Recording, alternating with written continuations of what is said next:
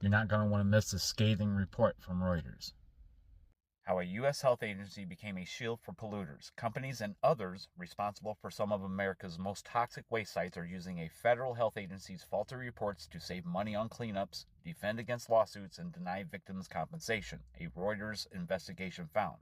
A Missouri neighborhood's tale.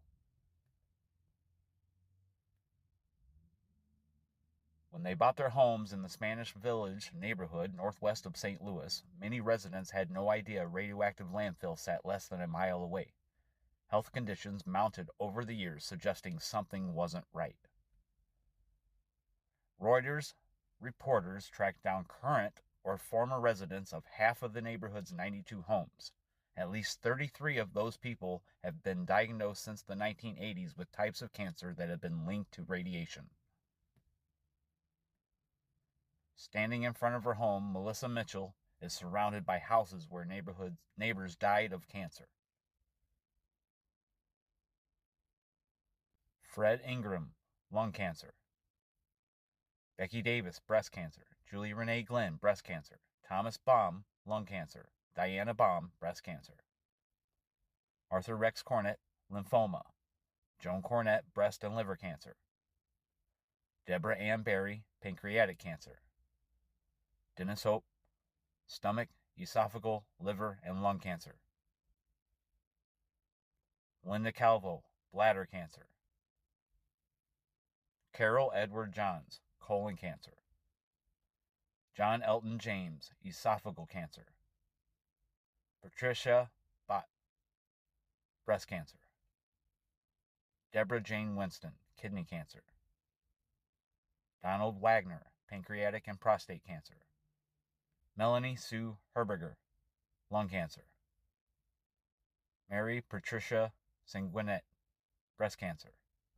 Martha Kowalski, breast and lung cancer. Charles Stanford, colon cancer. Martha Wilson, lung and bladder cancer. Janice Machka, pancreatic cancer. Robert Machka, lung cancer. Deborah Mitchell, colorectal cancer. Kathleen Schindler, breast cancer. Harold Kruger, pancreatic cancer. Evelyn Kruger, esophageal cancer. Mark Tinker, brain cancer. Valerie Shelton, kidney cancer. William Wright, non-Hodgkin lymphoma. Joanne Arter, lung cancer. Michelle Herbal, cervical cancer. Jean Nowlin, breast cancer. Kathleen Ann Lueb, breast cancer.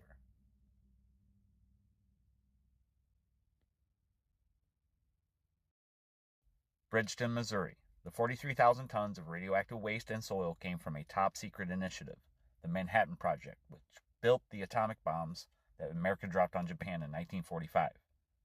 In 1973, that waste ended up in an unlined landfill in Bridgeton, Missouri, a St. Louis suburb. Workers spread it to cover trash and construction debris. In 1990, the U.S. Environmental Protection Agency declared the Westlake landfill one of the nation's most contaminated sites, requiring cleanup. Still, many who lived near the dump didn't know about the Westlake's toxic history. This is exactly why I went to St. Louis about a month ago. This is why. And look at the distance that the neighborhood is to the landfill. There's a 1-mile buffer from the site boundary.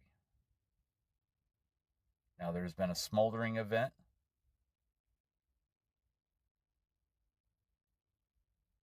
And it has been releasing not only radioactivity, but chemicals in that air. There's all sorts of chemicals. I've done so many reports on this place, and this is exactly why I chose to go there. Now, what did my findings prove? That the cleanup of the top layer was conducted, and then they topped it with material that is nothing more than background levels. Okay. problem is that they didn't dig deep enough, and the contamination has gotten into their water cycle, into their aquifers, into their wells that they get their drinking water from. So not only were the people contaminated when they clean these areas up, but also the fire has released some into the air for people to breathe and children now to breathe that has gotten them cancers. And it's getting into the aquifer. It's getting into their drinking water. And they're being exposed that way. The EPA has covered this up for years. The Department of Energy has done some cleanup and remediation. But they know they're not doing everything that they could because the money isn't there. There's no funding to do what is possible. So they just clean up as much as they can and then top it over.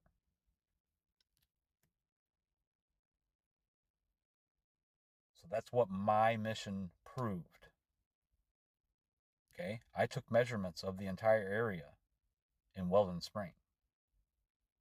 I covered the Westlake landfill. I covered Coldwater Creek. I covered Laddie Avenue. I covered Dardine Park. Right? So we know that that's what's occurring. It's getting into the water, and people are being exposed to it. All right, guys, we'll look into this. There's so much more information coming out every day. This was just produced on August 7th from Ruetors. So go check this stuff out, and I want to thank you for watching.